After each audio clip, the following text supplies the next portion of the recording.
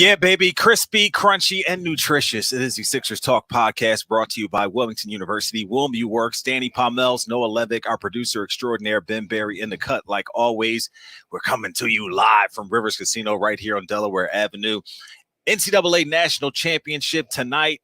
Sixers have played 2 games, 1 up and 1 down since the last time we were with you guys. And it's funny because would you have rather them lost the Raptors game and won the Bucks game, or have it the way that it is? Because you got this Celtics game looming tomorrow, which is another measuring stick as the season comes to a close here. The Sixers with 51 wins on the year. What do you think? Would you rather have them won the Bucks game and lost to the Raptors on Friday? I think if you're a fan looking for reasons to be encouraged, that probably would have been a little bit preferable, just given Milwaukee is the elite team in the Eastern Conference, and the Sixers had the opportunity to win both games this year in Milwaukee, but did not come especially close to doing so. I think in the end, splitting those two is what it is. And it was a mixed bag for James Harden and for the Sixers. And Milwaukee came out shooting the lights out of the gym. I mean, you got to give them credit for that. 67% in the first half. I think they shot over 70% in the first quarter. And I mentioned the national championship tonight.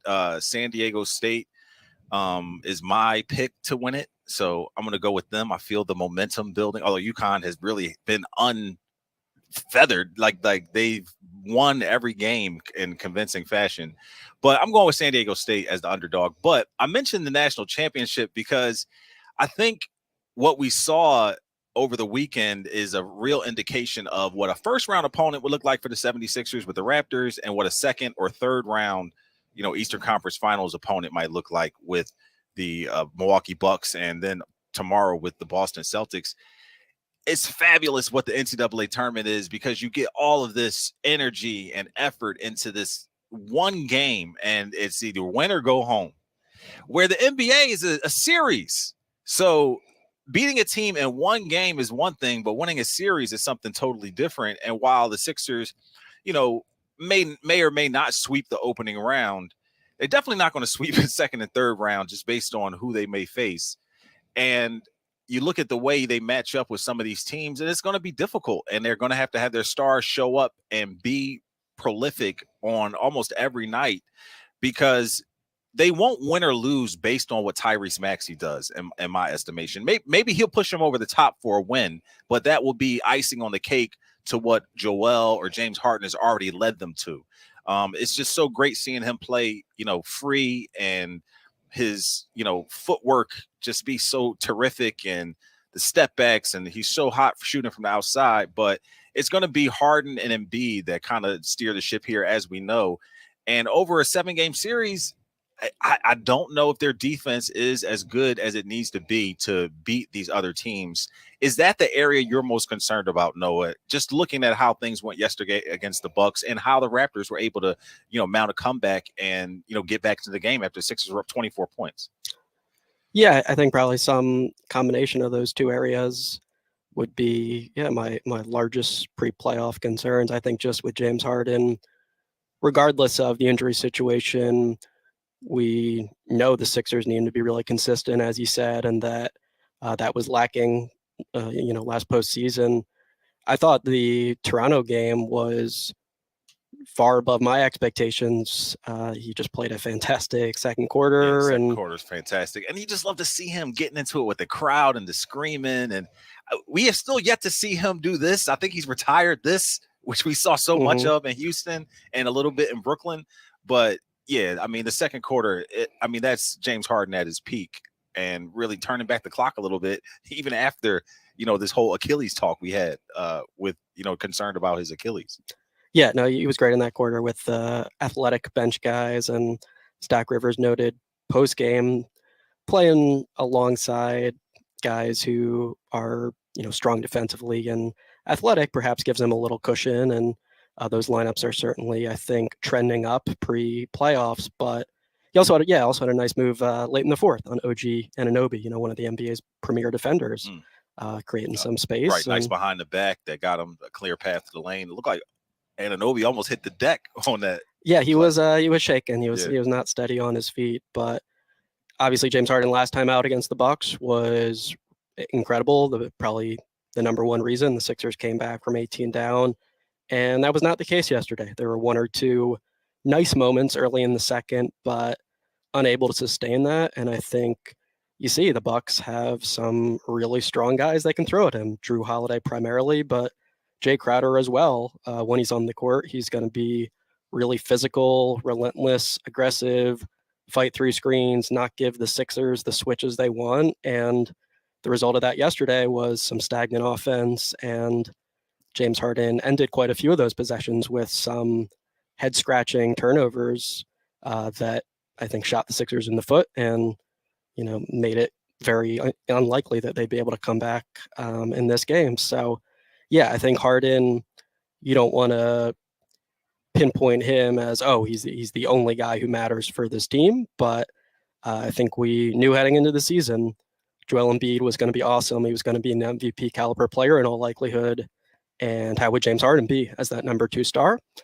Still a very important question. But defensively, that's also a big question as well. I think the Sixers have been up and down there throughout the year, and overall better on that end than last season, in large part due to the DeAnthony Melton addition. I think just a little more versatility, a little more athleticism on that end of the floor. But do they look like they're going to be a top-tier defensive unit every night? I think I'd be skeptical of that at this stage. PJ Tucker, of course, is going to be a big part of that picture, and he didn't do a super effective job at slowing down the Greek Freak last night. And the Sixers, just did not have many answers for Milwaukee, and just had a very slim chance of winning that game, in all honesty, once they started so poorly. And let's be honest, the Bucks were waiting for the Sixers. It had been 3 days since they got shellacked by 41 points against the Celtics. So they had some payback and, some frustration to get off their chest. And it seems like the way they came out shooting the basketball, they have had some good practices that led to them playing a good first half, which led to them winning that game last night. And, the Sixers, not that the previous game against the Celtics for the Bucks had anything to do with how they showed up, but they just were not prepared for the blitzkrieg that came out of the Milwaukee Bucks showing up and just they hit an incredible, I think first 12 shots they hit or something ridiculous like that. It was a lot of offense flowing. And, I look at it and I'm thinking, the Sixers are just, an anomaly, it's one game, but it was tough to watch them go through that. And I hate when you're waiting and anticipating games all day and then they come down to something like that where it's just not tight, it's not close. But how should the fans feel going into the Celtics game? Is this a game where the Sixers are going to really leave it all out on the floor, or will they kind of play it closer to the vest here as the season's dwindling? As I've said, I don't think any of these games in March and April for the Sixers are leave it all out on the floor games, really. And I think last night it falls under that umbrella. They did use everyone who was available, and they weren't, extremely cautious about minutes or anything. But I do think there is a degree of understanding that this might be a team you play in the postseason, and therefore you don't want to show all of your cards. And then also just like it's just not worth pushing for, the 2% chance that you get the number 1 seed or what have you. As of now, the Sixers magic number remains at 1, that they clinch a top 3 seed, and that's going to be number 3. That's going to be 3, and it's looking like the Brooklyn Nets are most likely going to be number 6, although Miami is still in that picture as well. But I think against Boston, the Sixers, will have a few areas that they want to improve on, most definitely.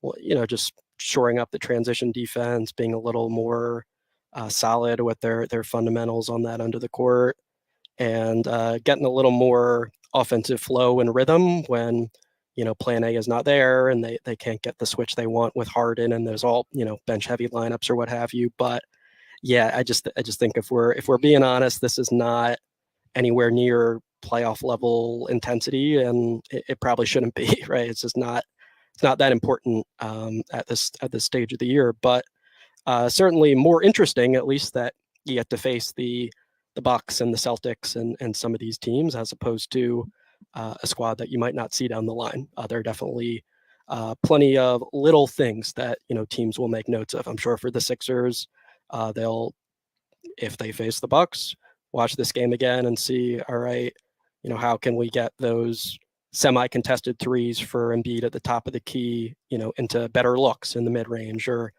how can we set some drag screens for Harden to have a better success rate at actually getting the switches we want. So some of those little details matter and will be noted, but like the results of the game, I think just these teams are not placing the utmost importance on those at this stage. A few silver linings here from the weekend games that the Sixers had, and I mentioned Tyrese Maxey, James Harden's second quarter against the Raptors, but his play with Paul Reed, and also another bright spot, a great two-man game that they had, and his intensity, his hustle, his effort. Paul Reed, I'm speaking of on the offensive boards, just what he brings to the team, just such a far cry from the way he was used and the opportunities he had entering last postseason.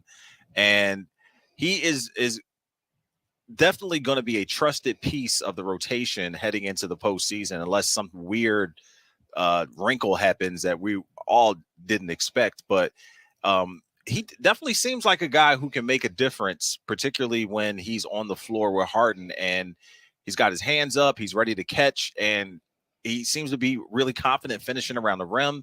A great a piece for the Sixers to have heading into the postseason. I think so. Yeah, I think looking back in, I want to say early December, sometime around that range, the Harden, Reed lineups were around a -7 for the Sixers. Now you look, and it's about net even, which of course would be great. And most certainly those have been improving in a dramatic way. I think just personally, the second quarter of that Raptors game was one of the more entertaining ones to watch this whole year. That lineup just has so much speed and chaotic energy, and it was all clicking for that group. I think Reed has just found a nice balance between focusing on the simple things, right? Just roll hard, crash for offensive boards, don't dally with the ball too much, while also incorporating some of the nuances that can make him a better player. As far as, like you saw yesterday, instead of going right up with the usual rhythm lefty layup, throws in a little pump fake or two and gets one to go on Giannis, which is not easy. So I think his skill development has been impressive, his understanding of his role on the team. And right, a lot of the key minutes in the playoffs will be with James Harden, and those two are clicking the way you love to see. So yeah, I think Paul Reed has most definitely been a bright spot in the second half of the season. And I agree, it would be head scratching, surprising, whatever, if there's a situation where he's not getting minutes every game for the Sixers in the playoffs. Definitely has X factor potential for this team, and that's cool to have in your backup big. And the Doc Rivers continues to heap praise on this team as a much better version of the Sixers than we saw last year. The perimeter wise, obviously with McDaniels, Melton, Maxey, much well, maybe not Maxey, but McDaniels, Melton coming off the bench, better than Korkmaz, Thibault, and the other options that they had last season. So this is a better team. The other teams in the league have improved as well, and hopefully the Sixers can meet that when the playoffs come. As the Nets are shaping up to be their opponent here, as you mentioned, the third seed seems all but secure for the 76ers, and their opponent would be the Nets. Are you feeling like that's a team that they can dominate easily and, breeze into the second round against? I think as of now, I would strongly favor them in that series. It's hard for me to imagine a scenario where they lose it. That said, sure. I mean, Mikal Bridges, as we've talked about, is a rising star, and yeah, if he scores 40 and gets hot a couple games, he could hurt you. And not like he's a stranger to the arena. You know what I'm saying? Not at all. No, the he road knows games won't be that difficult exactly. for Yeah. maybe another opponent. Yeah, and that Brooklyn team is deep. They go, they have a lot of options. They have a lot of NBA level players, and I think the second unit battles would be fascinating, and there'd be some tricky decisions for Doc Rivers in terms of what to do when Brooklyn goes small or they go heavy on shooting or what have you. But yeah, I think the Sixers' talent is clearly superior in that matchup. So, barring something unforeseen with injuries pre-playoffs, I think I would pick the Sixers. I don't know if I'd go as far as breezing through, but I would be confident sitting here right now that the Sixers would win a first-round series against Brooklyn. Yeah. Goes both ways for sure. Obviously, Harden, no stranger to playing at the Barclays Center. But let's pay some bills and get a little bit more into the discussion after we take this quick time out. Of course, we are sitting here at Rivers Casino in South Philadelphia, and we are brought to you by Wilmington University. Wilmington University and their students are in the game. Upskill in fields like cybersecurity, fintech, healthcare, and education, in person or online. Get in the game at Wilmington University. Find us at wilmu.edu. Injured? For over 70 years, Lundy Law has been the #1 personal injury law firm in Pennsylvania, New Jersey, and Delaware. Their services are exemplary. Their results are exceptional. Call 1-800-LUNDY-LAW to get the money you deserve. Hey, it's time to rush to new rewards at Rivers Casino. Now there's a whole new way for you to earn, redeem, and level up your rewards. Get your new Rush Rewards card and get more out of your game at Rivers Casino, Philadelphia. Gambling problem? Call 1-800-GAMBLER. Noah, some changes are in the works for the NBA. A collective bargaining agreement, 7 years strong, is imminent for the players and the owners to ratify. And among those things, the midseason tournament continues to gain momentum.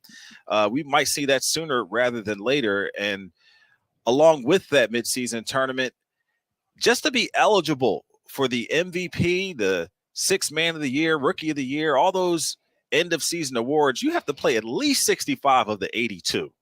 So those two things to me leap out as things that may directly affect the 76ers in one way or another. Mid-season tournament definitely intrigues me. You got to figure out a way to get these guys on the floor more frequently and not opt for load management days and things like that. Fans are paying to see them. Sponsors, advertisers, and things like that spend money in dollars based on these marquee matchups that sometimes we are not able to enjoy for one reason or the other. Are you still bullish on the midseason tournament, and what do you make of these direct minimums that affect or could affect Joel Embiid or James Harden or other guys in the Sixers rotation who could be eligible for these postseason awards? I'm open to the mid-season tournament. I wouldn't say especially enthusiastic about it, but it sounds like there's going to be significant financial incentive, and they'll try their best to make it exciting and high stakes, and hope that head to Vegas, some showdowns. And right, that's obviously a popular spot for the league, and we'll see. Yeah, we'll see. I'm open to it, and again, I wouldn't say that I'm expecting it to have a dramatic effect and make the league 10 times better product or whatever, but sure, it's something that could be a little bit interesting. I'm sure not every team will be thrilled about the notion of needing to push hard in those games when they've got stars with injury histories or what have you, but I think there's a decent chance it has a slightly positive impact, and that people enjoy it, and that it draws in more fan bases who might otherwise be tuning out in the middle of the season. So right. Yeah, I'm open to what exactly that might look like. Yeah, I think 65 games, that's too high a number for me. Too much, huh? Do not love that. I think it just feels very harsh to me, like someone suffers a mild to moderate injury that requires them to miss 10 games, and you're not that far from not meeting the minimum. So I think it's a little bit harsh. Again, I understand you want to incentivize guys playing, you want to minimize the load management movement as much as possible, but I think that's likely here to stay. I think teams know that it's just very prudent often to look out for your star's health first. So 65 feels a bit high to me. I think 60 would have felt okay. Like I would have understood that. It's just 5 games though. To me, to me, there's a little difference in how I would perceive it. 65 is just gives you very little room to have a bit of misfortune here and there. Only 5 MVPs in history have played less than 65 games though. So it's kind of like, yeah, but as you've noted this season, you got guys who everyone acknowledges are among the NBA's elites who are right around that threshold with, Embiid and Giannis Antetokounmpo, and now even so it might seem like only 5 games, but in the long run, those 5 games make a big difference, is what you're trying to say. I'm not even saying I'm not a fan of the minimum thing in general, but I'm just saying if it was 60 versus 65, it would have felt a little more sensible to me, and I would have been like, yeah, if you miss 22 games, that's a huge chunk of the season, or it's a large chunk. 17 games out of 82, especially just given the likelihood that a significant number of those 17 are totally legitimate injuries or injuries. You miss 4 to 6 weeks with an injury, but able to come back during the season. All of a sudden, you're not eligible for any, maybe on the cusp of not being eligible. It just feels like punishing someone for playing basketball and having normal basketball things happen, like injuries, is harsh. But again, I get where it's coming from. I'm not. Yeah, I'm sure that was. I'm not furious about it or anything. I bet that was a big bargaining point. Like they probably went back and forth on that quite a bit between the players giving their perspective, the owners like, well, what are we going to do here, because we need to have more of these guys on the floor more often. So yeah, I see both sides. Just also you have in these contracts, it matters to be MVP, be an All NBA, etc. So financially, so to me that's a bummer from the players' side, that like you have a season that's really great and you play 62 games because you had a, moderate ankle sprain, and you don't make an All NBA team, which means you're, not eligible to make, $30 million more or whatever. Right. That stinks. But obviously, there's a ton to decipher with this new CBA, and we've had plenty of details trickling out, and we will learn more as it all comes down. But that is not one of the elements of it that I'm a fan of. I just think like that's really not how we should be looking at this voting, in my opinion. I think it should be more of a holistic thing. And sure, like you can absolutely in your own evaluation penalize someone for being less available than someone else, and you can reward someone for being an Iron Man sort of superstar. But to actually just make them totally ineligible, I don't personally like that. Leave some of that discretion up to the voters. Yeah, to determine. That would be my view. I think just eliminating someone from eligibility feels too far for my personal liking. I personally am glad that they did not lower the age limit to allow high schoolers to jump. I like the one and done idea. I feel like there's definitely a lot of opportunity now for players to earn money before they become a pro, if they want to skip college and maybe go to one of these, if overtime is still around, or the G League team, or whatever. If you're elite, there's opportunities for you. If you're the type of player who can go from high school to the pros, there's other opportunities for you besides playing in the NBA. And on top of that, I feel like it also waters down the college game, takes jobs away from veterans who, would have opportunities to continue their livelihood, rather than having a kid who's maybe 18 coming up to just sit the bench and learn, or, not quite have that same opportunity. But do you have thoughts on that? Yeah, I think I would probably lean in the other direction, not be as strongly, against it as the minimum thing. But I think the NBA is just in a much better place now to help like 18-year-olds with maturity in life and basketball. And you have so many young players now in the G League and thriving in that environment. So I think teams are well equipped to. I don't know if they would be better off than going to college, though. That's the only thing. I mean, I feel like that's a decision that's fair enough to ask them, and their people advising them to make. Yeah. Teams are gaining a third two-way contract, so that. Yeah, no, that's definitely feeding into just the G League has been really successful, and there are a lot of fringe players who deserve a spot on an NBA roster in some form. So definitely a fan of that third two-way contract, and I think that'll be neat to see how teams use it. And I imagine we'll see more rotations where a two-way guy is so good that he, by the second half of the season, is like a full-blown rotation player. So fan of that. I wouldn't have minded, yeah, seeing the age minimum go down and just a little less, restrictiveness in general in terms of what these really talented guys can choose. But as you said, it's not like there is a lack of choices. I think it's neat to see that guys like LaMelo Ball and RJ Hampton, go the Australia route and the overtime elite. And yeah, you don't have to be drafted in the NBA also to go to G League Ignite. So I think that's great to see that there are still a ton of options regardless. Yeah, I definitely feel like I can see both sides. I just feel like I want the college game to benefit from some of these star players.